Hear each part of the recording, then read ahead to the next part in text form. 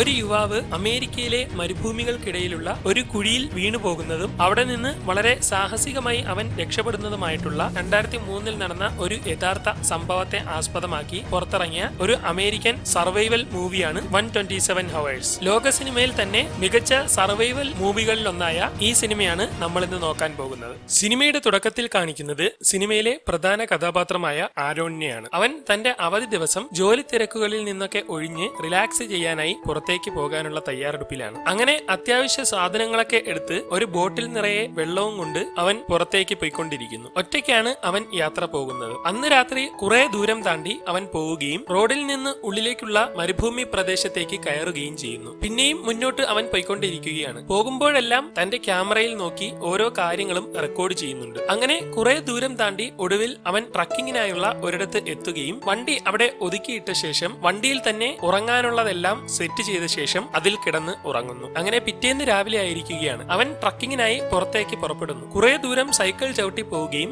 പോയി ഒരിടത്ത് നിർത്തിയ ശേഷം തന്റെ ട്യൂബിലൂടെ വെള്ളമൊക്കെ കുടിച്ച് ക്യാമറയിൽ നോക്കി എനിക്ക് പോകേണ്ട സ്ഥലത്തേക്ക് 4 മണിക്കൂർ ദൂരമുണ്ടെന്നും ഞാൻ അവിടെ 3 മണിക്കൂർ കൊണ്ട് എത്താൻ പോവുകയാണെന്നും പറഞ്ഞ ശേഷം സൈക്കിൾ ആഞ്ഞു ചവിട്ടി വിടുന്നു. സാഹസികതയൊക്കെ ഒരുപാട് ഇഷ്ടമുള്ള ആളാണ് ആരോൺ. വളരെ വേഗത്തിൽ പോകുന്നതിനിടെ അവൻ മറിഞ്ഞു വീഴുന്നു. എന്നാൽ അതും അവൻ ഒരു രസമായി കാണുകയാണ്. പിന്നെയും ദൂരങ്ങൾ താണ്ടി പോവുകയും അങ്ങനെ ഒരിടത്ത് ചെന്ന് സൈക്കിൾ അവിടെ വെച്ച ശേഷം അവൻ തന്റെ ബാഗും എടുത്ത് ട്രക്കിങ്ങിനായി നടന്ന് മല കയറാൻ തുടങ്ങുന്നു. നടന്നുകൊണ്ടിരിക്കുന്നതിനിടെ അതുവഴി 2 പെൺകുട്ടികൾ നടന്നു പോകുന്നതായി അവൻ കാണുകയും അവരെ വിളിച്ചുകൊണ്ട് അവരുടെ അടുത്തേക്ക് ചെല്ലുകയും ചെയ്യുന്നു. അവർ പോകേണ്ട വഴിയുടെ കാര്യത്തിൽ കൺഫ്യൂഷനിൽ നിൽക്കുകയാണ്. ആരോൺ അവർക്ക് കൃത്യമായി വഴിയൊക്കെ പറഞ്ഞു കൊടുക്കുകയും അവരെ പരിചയപ്പെടുകയും ചെയ്യുന്നു. ശേഷം ഞാനും നിങ്ങളോടൊപ്പം വരട്ടെ എന്ന് അവൻ ചോദിക്കുകയും അവർ കുറച്ച് ആലോചിച്ച ശേഷം സമ്മതിക്കുകയും ചെയ്യുന്നു. അങ്ങനെ അവർ ഒരുമിച്ച് ട്രക്ക് ചെയ്യുകയാണ്. നടന്ന് അവർ ഒരു മലയിടുക്കിൽ എത്തുകയും ഇതുവഴിയുള്ള യാത്ര വളരെ മനോഹരമാണെന്ന് പറഞ്ഞുകൊണ്ട് അവൻ അവരെയും കൊണ്ട് അവിടേക്ക് പോകുന്നു. വളരെ അപകടം പിടിച്ച സ്ഥലത്ത് കൂടിയാണ് അവർ പോയിക്കൊണ്ടിരിക്കുന്നത്. വളരെ ബുദ്ധിമുട്ടി പോയിക്കൊണ്ടിരിക്കുന്നതിനിടെ പെട്ടെന്ന്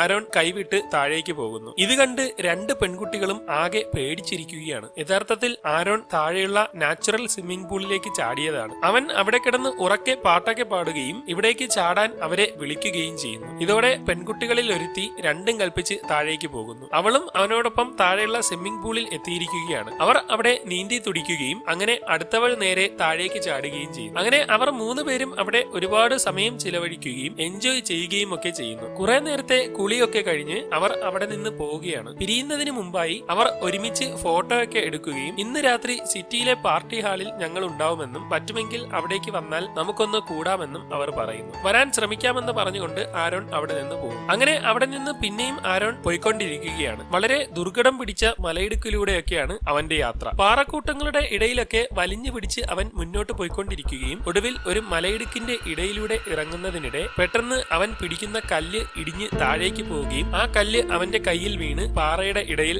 ജാമായി നിൽക്കുകയും ചെയ്യുന്നു. നല്ലപോലെ വേദനിക്കുന്ന അവൻ വേദന കടിച്ചമർത്തി നോക്കുമ്പോൾ എടുക്കാൻ കഴിയാത്ത രീതിയിൽ കൈ കുടുങ്ങിക്കിടക്കുകയാണ്. വിളിച്ചാൽ പോലും ആരും കേൾക്കാത്ത സ്ഥലത്താണ് താൻ ഉള്ളതെന്ന് മനസ്സിലാകുന്ന ആരോണിന് 8ന്റെ പണി കിട്ടിയിരിക്കുകയാണെന്ന് അപ്പോൾ തന്നെ മനസ്സിലാവുന്നു. അവൻ തന്റെ ശക്തിയൊക്കെ ഉപയോഗിച്ച് വലിച്ചും ചവിട്ടിപ്പിടിച്ചും തൂങ്ങിയുമൊക്കെ കൈ ഇളക്കാൻ ശ്രമിക്കുമെങ്കിലും അവനെ കൊണ്ട് കഴിയുന്നില്ല. അവനെ കൊണ്ട് ആവുന്ന പരിപാടി എല്ലാം നോക്കുമെങ്കിലും എല്ലാം പരാജയപ്പെടുകയാണ്. ആ കല്ല് നല്ല രീതിയിൽ അവിടെ ഉറച്ചിരിക്കുന്നു. ഇതോടെ ആകെ തളർന്ന അവൻ തന്റെ ബാഗിൽ നിന്ന് വെള്ളം എടുക്കുകയും കുടിക്കുകയും ചെയ്യുന്നു. പെട്ടെന്ന് വെള്ളം തീർത്താൽ ശരിയാവില്ലെന്ന് ചിന്തിക്കുന്ന അവൻ അത് അടച്ചു വെക്കുകയും മുകളിലേക്ക് നോക്കിക്കൊണ്ട് നേരത്തെ കണ്ട പെൺകുട്ടികളെ ഉറക്കെ വിളിക്കുകയും ചെയ്യുന്നു. എന്നാൽ ആ പരിസരത്തെങ്ങും ആരും തന്നെ ഇല്ല. അവൻ ആ കുഴിയിൽ പെട്ടുപോയിരിക്കുകയാണ്. വിളിച്ചിട്ട് കാര്യമില്ലെന്ന് മനസ്സിലാക്കുന്ന അവൻ വാച്ചിൽ സമയം ഓണാക്കി വെക്കുകയും തന്റെ ബാഗിലുള്ള എല്ലാ സാധനങ്ങളും പുറത്തെടുത്ത് തനിക്ക് എടുക്കാൻ പാകത്തിന് വെക്കുകയും ചെയ്യുന്നു. ബാഗിലെ ട്യൂബിൽ നിന്ന് വെള്ളം കുടിക്കാൻ ശ്രമിക്കുമെങ്കിലും അത് തീർന്നിരിക്കുകയാണ്. എല്ലാം പുറത്തു വെച്ച ശേഷം അവൻ അതിലുണ്ടായിരുന്ന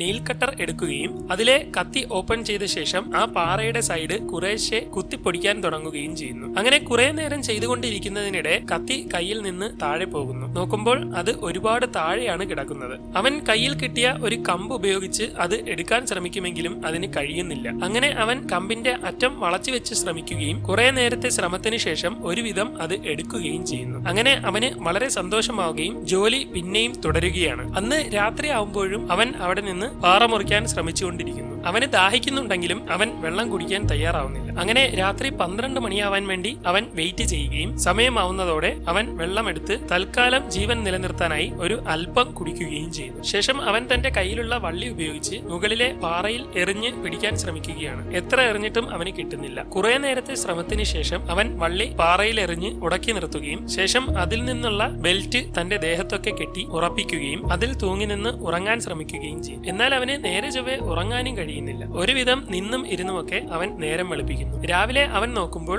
ആ കുഴിയിലേക്ക് വെയിൽ വന്നുകൊണ്ടിരിക്കുകയാണ്. ഇത് കാണുന്ന അവൻ തന്റെ ഷൂസൊക്കെ ഊരി വെയിൽ കൊള്ളാൻ ശ്രമിക്കുകയും വെയിൽ കിട്ടുന്ന സ്ഥലത്തെല്ലാം അവൻ വളരെ സന്തോഷത്തോടെ തൊടുകയും ഒക്കെ ചെയ്യുന്നു. കുറെ നേരത്തിന് ശേഷം അവൻ തന്റെ ക്യാമറ ഓണാക്കുകയും അവന് സംഭവിച്ച കാര്യങ്ങളെല്ലാം ക്യാമറയിൽ നോക്കി പറയുകയും ചെയ്യുന്നു. ഒരുപക്ഷെ ഞാൻ ഇവിടെ കിടന്ന് മരിച്ചു പോയേക്കാമെന്നും അങ്ങനെയെങ്കിൽ ഈ ക്യാമറ കിട്ടുന്ന ആൾ ഇത് എന്റെ അച്ഛന്റെയും അമ്മയുടെയും കയ്യിൽ കൊടുക്കണമെന്നും അവരുടെ അഡ്രസ്സും ഒക്കെ അവൻ പറയുന്നു. വെള്ളമില്ലാത്ത അവന്റെ അവസ്ഥയും കൈ ഉടക്കി നിൽക്കുന്നതുമെല്ലാം അവൻ വീഡിയോയിൽ കാണിക്കുന്നുണ്ട്. റെക്കോർഡ് ചെയ്തുകൊണ്ടിരിക്കുന്നതിനിടെ പെട്ടെന്ന് മുകളിൽ നിന്ന് കുറച്ച് മണ്ണ് അവന്റെ ദേഹത്തേക്ക് വീഴുകയും അവിടെ ആരോ ഉണ്ടെന്ന് കരുതിക്കൊണ്ട് അവൻ മുകളിലേക്ക് നോക്കി ഉറക്കെ വിളിക്കുകയും ഒക്കെ ചെയ്യുന്നു. എന്നാൽ എത്രയൊക്കെ വിളിച്ചിട്ടും പുറത്താരും കേൾക്കുന്നില്ല. ഇതോടെ അവൻ ക്യാമറയൊക്കെ ഓഫാക്കി വെക്കുന്നു. അങ്ങനെ അന്നത്തെ ദിവസവും കടന്നു പോയിരിക്കുകയാണ്. അന്ന് രാത്രിയാകുമ്പോൾ അവൻ തന്റെ കയ്യിലുള്ള വള്ളികളും റോപ്പും ഒക്കെ ഉപയോഗിച്ച് തണുപ്പടിക്കാതെ ശരീരത്തിന്റെ പല ഭാഗങ്ങളും കെട്ടിവെക്കുകയും ബാഗ് ഉപയോഗിച്ച് തല ഉൾപ്പെടെ മൂടുകയും ചെയ്യുന്നു. ശേഷം അവൻ തന്റെ ബാഗിലുണ്ടായിരുന്ന ആഹാരം പൊട്ടിച്ച് അവിടെ വെച്ച് കഴിക്കുകയും ചെയ്യും. ആകെയുള്ള ഒരു പാക്കറ്റ് തിന്നു കഴിഞ്ഞെങ്കിലും അവന് മതിയായിട്ടില്ല. അവൻ ബോട്ടിലിൽ നിന്ന് ഒരല്പം വെള്ളം കൂടി കുടിക്കുന്നു. അവന് പിന്നെയും കുടിക്കാൻ തോന്നുന്നുണ്ടെങ്കിലും വേണ്ടെന്ന് കരുതി അത് അടച്ച് മാറ്റി വെച്ചിരിക്കുകയാണ്. ശേഷം വിശപ്പ് സഹിക്കാൻ കഴിയാതെ അവൻ കണ്ണിലുള്ള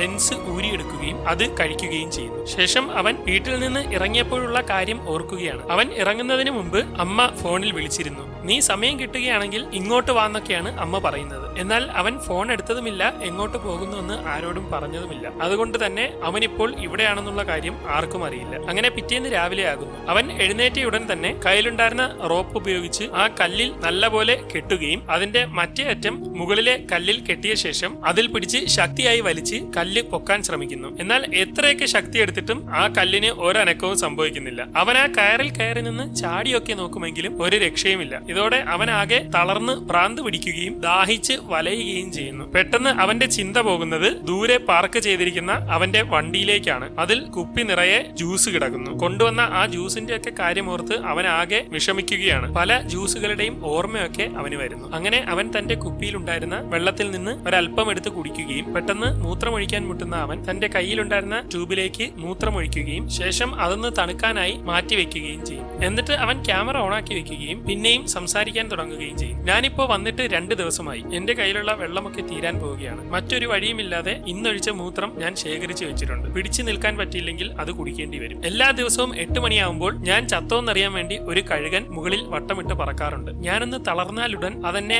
ആക്രമിക്കുമെന്ന് ഉറപ്പാണ്. ഞാൻ കത്തി ഉപയോഗിച്ച് ഈ കല്ല് മുറിച്ചു മാറ്റാൻ ശ്രമിക്കുന്നുണ്ട്. എന്നാൽ അത് വർക്കൗട്ട് ആവുമെന്ന് തോന്നുന്നില്ല. മുറിക്കുന്നതിനനുസരിച്ച് ആ കല്ല് ഉറച്ചുകൊണ്ടിരിക്കുകയാണ്. ഇനി മറ്റൊരു വഴിയുമില്ലാത്തത് കൊണ്ട് ഞാനൊരു കടുംകൈ പ്രയോഗിക്കാൻ പോവുകയാണെന്ന് പറഞ്ഞുകൊണ്ട് അവൻ തന്റെ കയ്യിലുള്ള ഒരു വള്ളി നല്ല ശക്തിയായിട്ട് കൈയുടെ ഒരു ഭാഗത്ത് കെട്ടിവെക്കുകയും നല്ലപോലെ മുറുക്കിയ ശേഷം കയ്യിലുള്ള നെയിൽ കട്ടറിന്റെ കത്തി ഉപയോഗിച്ച് അവന്റെ കൈ മുറിക്കാൻ ശ്രമിക്കുകയും ചെയ്യും. എന്നാൽ അതിന് മൂർച്ചയില്ലാത്തത് കൊണ്ട് അത് വർക്കൗട്ട് ആവുന്നില്ല. അങ്ങനെ അന്ന് ഉച്ചയാകുന്നു. അല്പം ഉറങ്ങി എഴുന്നേൽക്കുന്ന അവൻ ദാഹം സഹിക്കാൻ കഴിയാതെ കുറച്ചുകൂടി വെള്ളം കുടിക്കുകയാണ്. ശേഷം വെള്ളം അവിടെ വെച്ച് ഓരോന്ന് ആലോചിച്ചുകൊണ്ടിരിക്കുന്നതിനിടെ കുപ്പി തട്ടി കുറച്ച് വെള്ളം പോവുകയും പെട്ടെന്ന് അത് എടുക്കുന്ന അവന് ആകെ സങ്കടവും ദേഷ്യവും ആവുകയും ചെയ്യും. ഇനി ഒരല്പം വെള്ളം കൂടിയാണ് ഉള്ളത്. അവനങ്ങനെ അവിടെ കിടന്ന് തളർന്ന് പഴയ ഓരോ കാര്യങ്ങളൊക്കെ ഓർത്തുകൊണ്ടിരിക്കുകയാണ്. അവൻ എൻജോയ് ചെയ്ത സമയങ്ങളും കാമുകിയോടൊപ്പം ചിലവഴിച്ചതുമെല്ലാം ഓർത്തുകൊണ്ട് കിടക്കുന്നതിനിടെ പെട്ടെന്ന് ഇടിവെട്ടുന്നു. അവൻ നോക്കുമ്പോൾ മേഘം ഉരുണ്ടുകൂടുകയാണ്. ഉടൻ മഴ പെയ്യാൻ തുടങ്ങുകയും ഇത് കണ്ട് അവൻ വെള്ളം പിടിക്കാൻ ശ്രമിക്കുകയും ഒക്കെ ചെയ്യുന്നു. അല്പസമയത്തിനുള്ളിൽ നല്ല ശക്തമായ മഴ പെയ്യുകയും ഒരുപാട് വെള്ളം ഒലിച്ചു വരാൻ തുടങ്ങുകയും ചെയ്യുന്നു. ഇതോടെ അവൻ നിൽക്കുന്ന കുഴിയിലേക്ക് വെള്ളം ഇരച്ചു കയറുകയാണ്. എല്ലാ ഭാഗത്തു നിന്നും വെള്ളം അതിശക്തമായി അവൻ നിൽക്കുന്ന കുഴിയിലേക്ക് വീണുകൊണ്ടിരിക്കുന്നു. വെള്ളം ആവശ്യത്തിന് കുടിക്കുമെങ്കിലും അവൻ കിടക്കുന്ന കുഴിയിലേക്ക് വെള്ളം നിറഞ്ഞുകൊണ്ടിരിക്കുകയാണ്. ഇതോടെ പണി കിട്ടുകയാണെന്ന് അവന് മനസ്സിലാവുന്നു. അവൻ കൈ വലിച്ചിളക്കാൻ ശ്രമിക്കുന്നുണ്ടെങ്കിലും കഴിയുന്നില്ല. ശക്തമായ വെള്ളം അവിടേക്ക് നിറയാൻ തുടങ്ങുകയും അവന്റെ കഴുത്തറ്റം വെള്ളം എത്തുന്നതോടെ അവൻ അടിയിലേക്ക് വെള്ളത്തിലേക്ക് മുങ്ങിച്ചെന്ന് ആ കല്ല് ശക്തിയായി തള്ളുകയും ചെയ്യുന്നു. വെള്ളത്തിന്റെ ഫോഴ്സ് കൊണ്ട് കല്ല് ഇളകി മാറുകയും അവന് കൈ തിരിച്ചു കിട്ടുന്നതോടെ നീന്തി കയറാൻ ശ്രമിക്കുകയും ചെയ്യുന്നു. എന്നാൽ വെള്ളത്തിനോടൊപ്പം അവൻ ഒഴുകി പോവുകയാണ്. ഒരുവിധം ഒരിടത്ത് പിടിച്ചു കയറുന്ന അവൻ രക്ഷപ്പെട്ട ആശ്വാസത്തിൽ അവിടെ നിന്ന് ഓടി നേരെ വണ്ടിയുടെ അടുത്തെത്തുകയും വണ്ടിയിൽ കയറി വളരെ വേഗത്തിൽ ഓടിച്ചു പോവുകയും ചെയ്യുന്നു. ശേഷം അവൻ ഓടി കാമുകിയുടെ വീട്ടിൽ ചെന്ന് തട്ടുന്നു. അവൾ വന്ന് ഡോർ തുറന്നു നോക്കുമ്പോൾ സഹായിക്കാൻ പറഞ്ഞുകൊണ്ട് അവൻ വിളിച്ചുകൊണ്ടിരിക്കുകയാണ്. എന്നാൽ അവൾ കുറച്ചുനേരം നോക്കി നിൽക്കുകയും ഒന്നും മിണ്ടാതെ വാതിലടയ്ക്കുകയും ചെയ്യുന്നു. ഇതെല്ലാം അവൻ ആ കുഴിയിൽ കിടന്ന് ഓർത്തുകൊണ്ടിരിക്കുകയാണ്. രക്ഷപ്പെടാൻ കഴിയാത്തതോർത്ത് അവനാകെ ഭ്രാന്ത് പിടിച്ച് നിലവിളിച്ച് കരഞ്ഞുകൊണ്ടിരിക്കുന്നു. അങ്ങനെ പിറ്റേന്ന് നേരം വെളുക്കുന്നു. അവൻ ഒരു ഷോയിൽ പങ്കെടുക്കുന്നത് പോലെ ക്യാമറയിലേക്ക് നോക്കിക്കൊണ്ട് തന്റെ അവസ്ഥയൊക്കെ പറഞ്ഞുകൊണ്ടിരിക്കുകയാണ്. ഞാൻ ഇവിടേക്ക് പുറപ്പെടുന്നതിന് മുമ്പ് എന്റെ അമ്മയും അച്ഛനുമൊക്കെ ഒരുപാട് തവണ ഫോണിൽ വിളിക്കാൻ ശ്രമിച്ചിരുന്നു. എന്നാൽ ഞാൻ ആ ഫോൺ കോളുകളൊന്നും എടുത്തില്ല. ഒരുപക്ഷെ അത് എടുത്തിരുന്നുവെങ്കിൽ ഇപ്പോൾ ആരും അറിയാതെ ഞാൻ ഇവിടെ പെട്ടുപോകില്ലായിരുന്നു എന്നൊക്കെ അവൻ പറഞ്ഞുകൊണ്ടിരിക്കുകയാണ്. ഞാൻ ജോലി ചെയ്യുന്ന സ്ഥലത്ത് എന്റെ കൂട്ടുകാരൻ ബ്രിയാനുണ്ട്. എന്നെ എങ്ങും കാണാത്തത് കൊണ്ട് എന്തായാലും അവൻ പോലീസിൽ കംപ്ലൈന്റ് ചെയ്തിട്ടുണ്ടാവും. പക്ഷേ പോലീസ് ഇപ്പോ നാട്ടിലെ സിറ്റിയിലും ടൗണിലുമൊക്കെ എന്നെ തപ്പിക്കൊണ്ടിരിക്കുകയായിരിക്കും. ഞാൻ ഇവിടെ ഉണ്ടെന്നുള്ള കാര്യം ആർക്കും അറിയില്ലല്ലോ. ഞാൻ എന്തായാലും ഇപ്പോ പെട്ടു നിൽക്കുകയാണ്. നാളെയോ മറ്റന്നാളോ ഞാൻ തട്ടിപ്പോകാനുള്ള ചാൻസ് ഉണ്ടെന്ന് പറഞ്ഞ ശേഷം അവൻ വിഷമത്തോടെ ക്യാമറ ഓഫാക്കി വെക്കുന്നു. ശേഷം കുപ്പിയിൽ നിന്ന് വെള്ളമെടുത്ത് അതിൽ ആകെ ഉണ്ടായിരുന്നത് മുഴുവൻ നക്കി തുടച്ച് കുടിച്ചു തീർക്കുന്നു. അപ്പോഴും അവന്റെ ശരീരത്തും നെഞ്ചിനുമൊക്കെ എന്തൊക്കെയോ വയ്യായിക സംഭവിച്ചുകൊണ്ടിരിക്കുകയാണ്. തന്റെ ശക്തി കുറഞ്ഞുകൊണ്ടിരിക്കുകയാണെന്ന് മനസ്സിലാക്കുന്ന അവൻ മറ്റൊന്നും ആലോചിക്കാതെ കത്തിയെടുത്ത് കയ്യിൽ കുത്തിക്കയറ്റുന്നു. ശേഷം വേദന കടിച്ചു പിടിച്ചുകൊണ്ട് അവൻ കത്തി നിരക്കി നോക്കുകയും തന്റെ എല്ലിൽ അത് തട്ടുന്നുണ്ടെന്ന് മനസ്സിലാക്കി കത്തി ഊരിയെടുത്ത ശേഷം ആ രക്തത്തിൽ നിന്ന് കുറച്ചെടുത്ത് കുടിക്കും. അങ്ങനെ അന്ന് രാത്രിയായിരിക്കുകയാണ്. ദാഹം സഹിക്കാൻ കഴിയാതെ താൻ ശേഖരിച്ചു വെച്ചിരുന്ന മൂത്രം മറ്റൊരു വഴിയുമില്ലാതെ അവൻ കുടിക്കുന്നു. എന്നാൽ അവനെ കൊണ്ട് അതിന് കഴിയുന്നില്ല. മറ്റൊരു പണിയുമില്ലാത്തത് കൊണ്ട് തന്റെ കത്തി ഉപയോഗിച്ച് അവൻ അവിടെ പേരൊക്കെ കുത്തിവെക്കുകയും പിന്നെയും കല്ല് പൊളിക്കാനുള്ള പരിപാടി തുടങ്ങുകയും ചെയ്യുന്നു. അങ്ങനെ അടുത്ത ദിവസം രാവിലെ ആവുന്നു. അവൻ ക്ഷീണിച്ച് തളർന്നു കിടക്കുകയാണ്.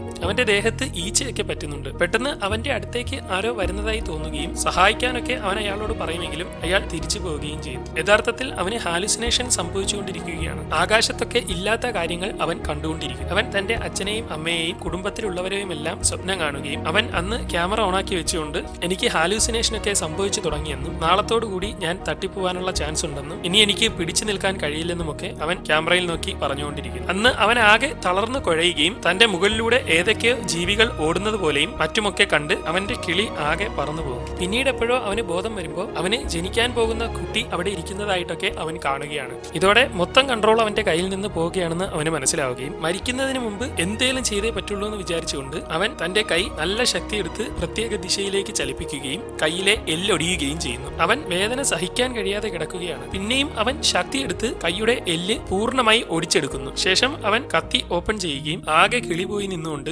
എല്ല് ഒടിഞ്ഞ ഭാഗത്ത് മുറിക്കാൻ തുടങ്ങുകയും ചെയ്യുന്നു. എന്നാൽ അവന് കണ്ണൊന്നും നല്ലപോലെ കാണാനൊന്നും കഴിയുന്നില്ല. മുറിച്ചുകൊണ്ടിരിക്കുന്നതിനിടെ ഉള്ളിൽ ഞരമ്പുള്ളത് അവന് മനസ്സിലാവുകയും അവൻ അവിടെ ഉണ്ടായിരുന്ന ഒരു വള്ളിയെടുത്ത് നല്ല മുറുക്കി കെട്ടിവെച്ച ശേഷം വളരെ പാടുപെട്ട് ഞരമ്പ് മുറിക്കാൻ ശ്രമിക്കുകയും ചെയ്യുന്നു. ഒരുപാട് നേരം വേദനയൊക്കെ കടിച്ചു പിടിച്ച് രണ്ടും കൽപ്പിച്ച് ഒടുവിൽ അവനത് മുറിച്ചെടുക്കുന്നു. വേദന സഹിക്കാൻ കഴിയാതെ അവൻ ഉറക്കെ കരഞ്ഞുകൊണ്ടിരിക്കുകയാണ്. അതോടൊപ്പം അവന്റെ ശക്തി മുഴുവൻ പോയിക്കൊണ്ടിരിക്കുന്നു. പെട്ടെന്ന് അവിടെ ഒരു കുട്ടി ഇരിക്കുന്നതായിട്ടൊക്കെ തോന്നുന്ന അവൻ പിന്നെ ഒന്നും ചിന്തിക്കാതെ കൈ മുറിച്ചുകൊണ്ടിരിക്കുകയാണ്. കുറെ നേരത്തെ പരിശ്രമത്തിനൊടുവിൽ തന്റെ കൈ പൂർണ്ണമായി അവൻ മുറിച്ചു മാറ്റുന്നു. ശേഷം കുറച്ചു നേരം അവൻ കിളിപോയി അവിടെ നിൽക്കുകയും തന്റെ ബാഗ് എടുത്ത് കൈയിലേക്ക് കയറ്റിയിട്ട് അത് അനങ്ങാതെ വെക്കുകയും ശേഷം അവിടെ നിന്ന് പോകുന്നതിന് മുമ്പ് ആ സ്ഥലത്തിന്റെ ഒരു ഫോട്ടോ എടുത്ത ശേഷം തന്റെ കയറും എടുത്ത് അവിടെ നിന്ന് പോവുകയും ചെയ്യും. കുറെ നേരം നടന്ന് അവൻ ആ കുഴിയിൽ നിന്ന് പുറത്തു കടക്കുന്നു. അവിടുത്തെ വെയിൽ കാണുന്ന അവന് വലിയ സന്തോഷമായിരിക്കുകയാണ്. അവൻ കുറച്ചു നേരം അവിടെ നിന്ന് തുള്ളിച്ചാടുന്നു. എന്നാൽ അവൻ നിൽക്കുന്നത് ആ മലയുടെ പകുതിയിലാണ്. അവിടെ നിന്ന് എങ്ങനെ താഴേക്ക് ഇറങ്ങുമെന്ന് അവൻ ആലോചിക്കുകയും ഇതിനിടെ താഴെ കുറച്ച് വെള്ളം കെട്ടിക്കിടക്കുന്നതായി അവൻ കാണുകയും ചെയ്യും. അവനാണെങ്കിൽ ദാഹിച്ച് വലഞ്ഞു നിൽക്കുകയാണ്. അപ്പോഴാണ് അവിടെ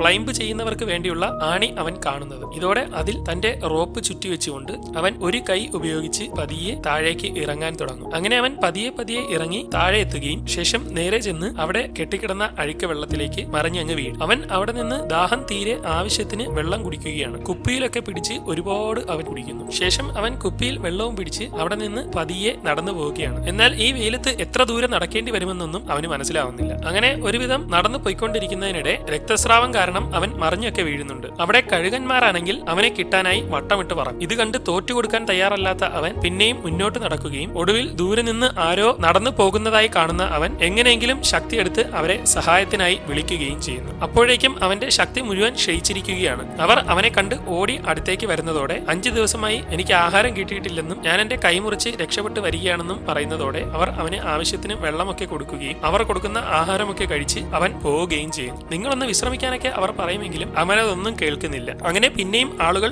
അവനെ കാണുകയും സഹായിക്കുകയും ഒക്കെ ചെയ്യുന്നു. അങ്ങനെ അല്പസമയത്തിനുള്ളിൽ ഒരു ഹെലികോപ്റ്റർ അവിടേക്ക് വന്ന് നിൽക്കുകയും അതിൽ നിന്ന് ഫയർ ആൻഡ് റെസ്ക്യൂ ടീം വന്ന് അവനെ അവിടെ നിന്ന് കൊണ്ടുപോവുകയും ചെയ്യുന്നു. അവിടെ വെച്ച് അവന്റെ ജീവിതം പിന്നെയും തുടങ്ങുകയാണ്. അവൻ പത്രമാധ്യമങ്ങളിലൊക്കെ നിറയുകയും തന്റെ പകുതി കൈവച്ച് പിന്നെയും ക്ലൈംബിങ്ങിന് പോവുകയും നീന്തുകയും ഒക്കെ ചെയ്യുന്നു. ഇതോടെ യഥാർത്ഥ ആരോണിനെ കാണിക്കുകയാണ്. യഥാർത്ഥത്തിൽ 2003 നടന്ന ഒരു സംഭവമാണിത്. അദ്ദേഹത്തിന് ഇന്ന് ഒരു ഭാര്യയും കുഞ്ഞുമുണ്ട്. തന്റെ ജീവിതം വിധിക്ക് വിട്ടുകൊടുക്കാതെ അവൻ അന്ന് അവിടെ നിന്ന് രക്ഷപ്പെടുകയും മികച്ച ഒരു ക്ലൈംബറായി മാറുകയും ചെയ്യും. ഇത്രയും പറഞ്ഞുകൊണ്ട് സിനിമ അവസാനിക്കുന്നു. 2010 $18 മില്യൺ ബഡ്ജറ്റിൽ പുറത്തിറങ്ങിയ ഈ cinema $60 million box office collection നേടി.